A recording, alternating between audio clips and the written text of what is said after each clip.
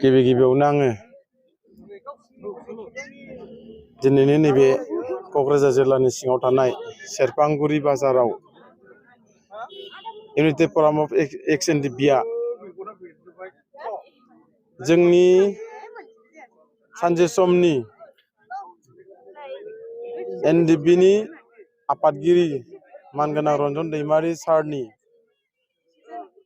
जे गाबोन जे मोनसे सिबिआइनि केसखौ लानानै सुप्रिम कर्टआव मोनसे हियारिं जानो गोनां, बे हियारिं जानो गोनां रिजाल्टखौ मोजाङै मोजां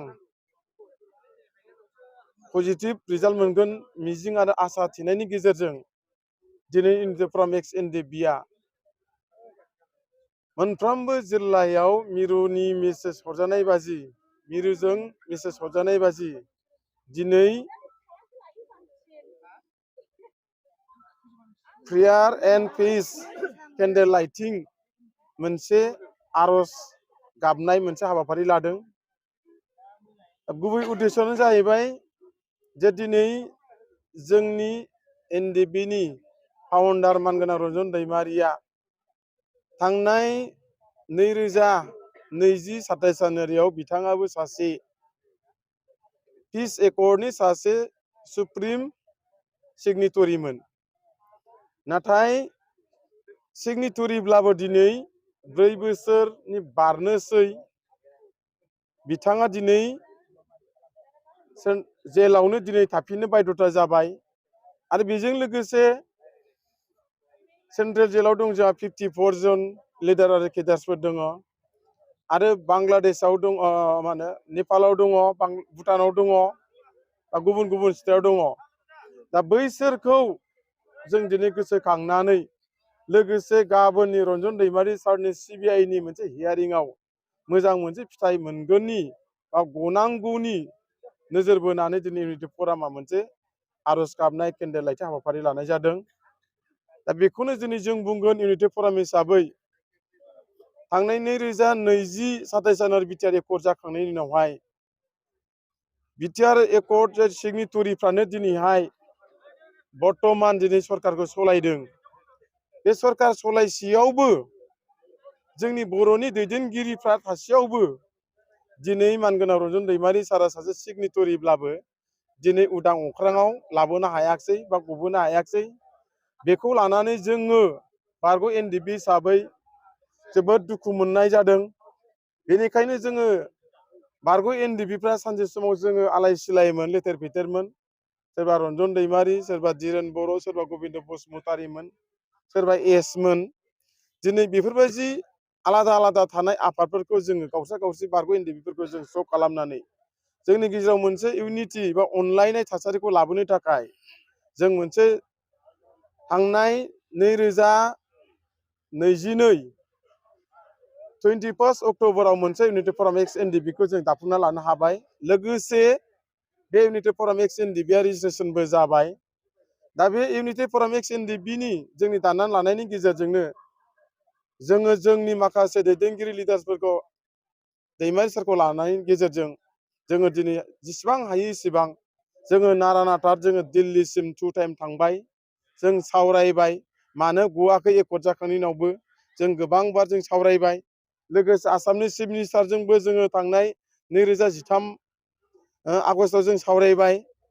दिनै रन्जन दैमारिखौ गनांगौनि थाखाय आरो माखासे जोंनि जेसेबांनाखि केसफोर दङ बेफोरखौ मोनसे फ्रि खालामनो होनो थाखाय जों दिनै सावरायदों।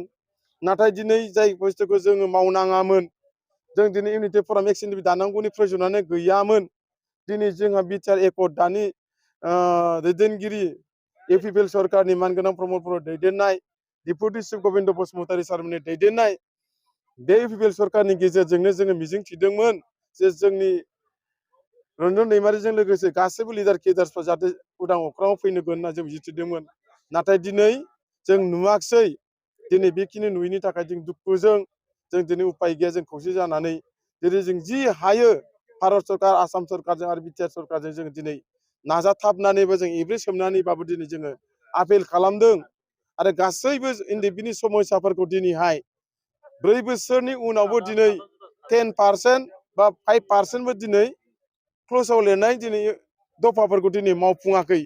बे मोनसे जोंनि थाखाय दुखुनांथाव। बेनिखायनो जों बुंगोन दानि जितु सरकार मानगोनां प्रमद बर'नि दैदेननाय इउपिपिएल सरकार जों खावलायगोन जेलाव थानाय गासैबो लिडार केडारफोरखौ उदांखौ लाबोनांगौ आरो एनडिबिनि जेसेबांनाखि क्ल'जफोर दङ गासैबो क्ल'जफोरखौ जाहाथे थाबैनो मावफुंना होनांगौ।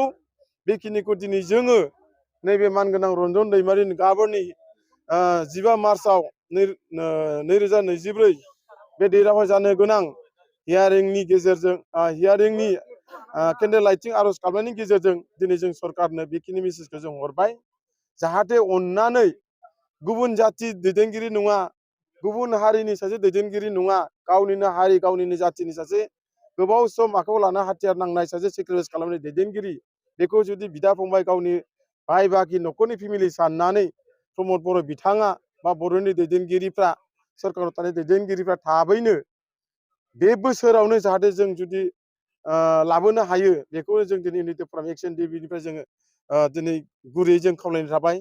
जुदि बायसान्स जुदि जोंनि खावलायनायखौ जुदि जोंनि साननाय बायदि जुदि जाफुङाब्ला जों उपाय गैया। सम आरो थासारिखौ लानानै जोङो खामानिखौ जों मावनो बाध्यता जागोन। बे खामानि मावनो थांनायाव जाहाथे दानि जुदि सरकारा जोंखौ बिनि थाखाय दाय होआ बेखौ दिनै जोङो स्पष्ट खालामखाबाय आरो उन समावहाय मिजिंथिदों बर' रायजो राजाफ्राबो बर'नि इन्टेलेक्सुयेलफ्राबो बर'नि दैदेनगिरि